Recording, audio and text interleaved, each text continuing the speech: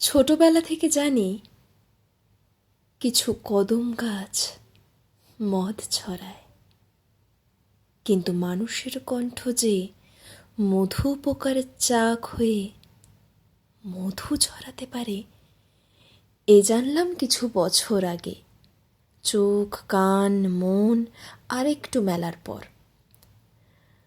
ভোরবেলা রবিবারের কাগজ আনতে যাচ্ছি সাইকেলে।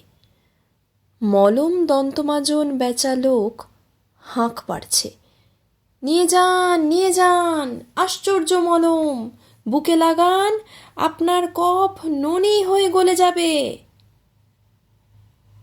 ননি হয়ে গলে যাবে, চমক লাগলো কথাখানায়। দাঁড়িয়ে থাকলাম কিছু সময়। দুপুরবেলা চান করব বলে সর্ষের তেল মাখছি ডলে ডলে। মীরা জেঠি পাইক পাড়া থেকে দুধ বিক্রি করে ফিরতে ফিরতে মাকে বলছে, দিদি রোদ খান দেখছেন, ফাল্গুন সবে ছাতি ফাটায় দেয়।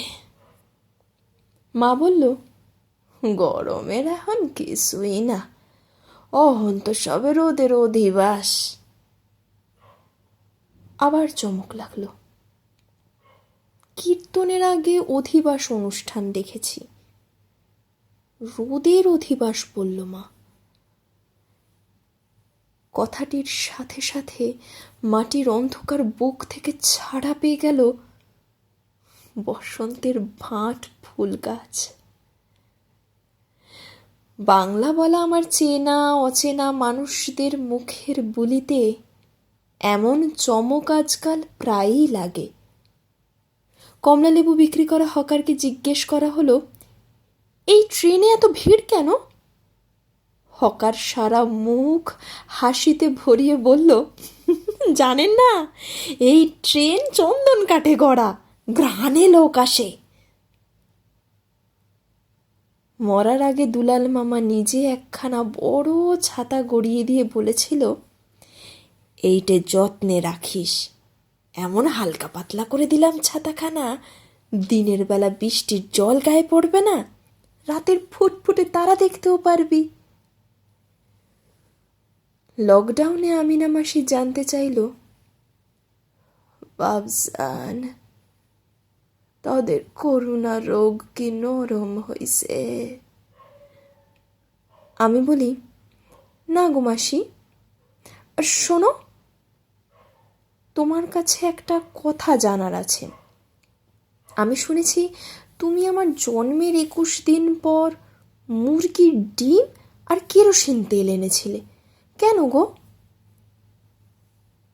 মাসি আকাশ পানে তাকিয়ে বলে, বাপধন, তুই তো অপুষ্ট ইন্দুসার মতো হয়েছিলি।